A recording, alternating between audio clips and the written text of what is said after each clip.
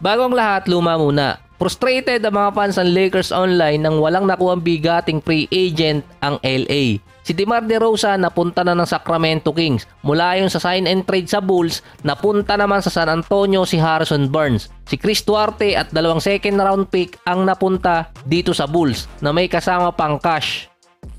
Tinrade din ng San Antonio si Devonte Graham sa Hornets. Nagbitaw pa ng 2 player ang Hornets, si Pokusevski at si Bertans. Si DeMar DeRozan sa Sacramento meron 3 taong kontrata. Ito rin kasi yung iniintay ni De'Aaron Fox para pumirma siya ng contract extension. At least si DeMar nalapit na sa hometown niya. Nasa California State na kasi siya. Nasa Kings pa ngayon si Domantas, De'Aaron Fox, Malik Monk, Keegan Murray at nadagdag pa si DeMar DeRozan. Pinalitan niya kasi yung contract at yung position ni Harrison Barnes. Kaya dati, prior na pumunta si DeMar sa Sacramento, naghahanap pa yung Kings ng isang team na pwedeng sumali sa sign and trade. Si Miles Bridges naman nag-sign ng contract extension sa Hornets, hindi na nakalipat ng team. Si Caleb Martin napunta ng Philadelphia para sa $32 million sa loob ng 4 na taon. Ito rin ang inoffer ng Miami sa kanya dati, $7 million hanggang $8 million per year. Yun nga lang 3 taon yung ino-offer na extension ng Miami Heat. Ang pino-point out ng mga fans online, hindi nakuha ng Lakers ang maalin kina Clay, Harden, Valanciunas, CP3, Buddy Hield at kahit yung iba pang mga available role player na may mga impact nung nakaraang playoffs. 3 players pa ang tumanggi na sumali sa Lakers. Pero kung titingnan naman kasi, 18 players ang total dito sa Lakers. 15 sa kanilang main roster, 3 naman sa 2-way contract. Yung pang last spot sa roster ng Lakers na kay Bronny. Kaya ang ginagawa ng LA, naghahanap sila ng team na sasali sa sign and trade. Hindi katulad dati na basta na lang lumilipat ng ibang team yung player. Para makakuha ng free agent ang Lakers noon, kailangan nilang magbitaw ng isang player sa kanilang roster. Sa lineup pa, kumpleto yung Lakers. Kaya dati may post pa na kung ilalagay si Bronny sa main roster, kailangan pa nilang magbitaw ng isang player.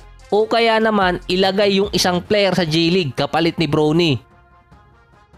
Standard contract yung nasa kanya, hindi 2-way contract. Pero sinabi rin naman sa report na majority sa G-League maglalaro si Bronny. Hindi rin siya pasok or kasama sa 50-game limit na allow para sa 2-way player. Pwede siyang lumagpas dun. Meron pa rin naman mga available na player sa free agency, pero para makakuha ang Lakers, kailangan nilang magbitaw ng isang player sa kanilang main roster. Isa pa doon, kung hindi makikipag-sign and trade yung isang team para makakuha ng free agent. Nung pumirma din si LeBron ng kontrata, lumagpas sa first tax apron yung LA. Ngayon naman, nasa $1.2 million, lalagpas na sila sa second tax threshold. Kapag nangyari yun, mawawala sa kanila ang mid-level exception at yung tinatawag na pwede sila mag-sign ng buyout player.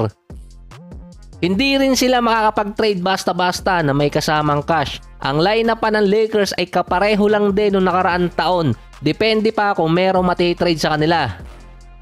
Yung kasabay pa noon yung mga report na binabawian si Rob Pelinka ng ibang executive na ayaw makipag-deal sa kanya dahil sa mga nangyaring transaction niya bilang agent.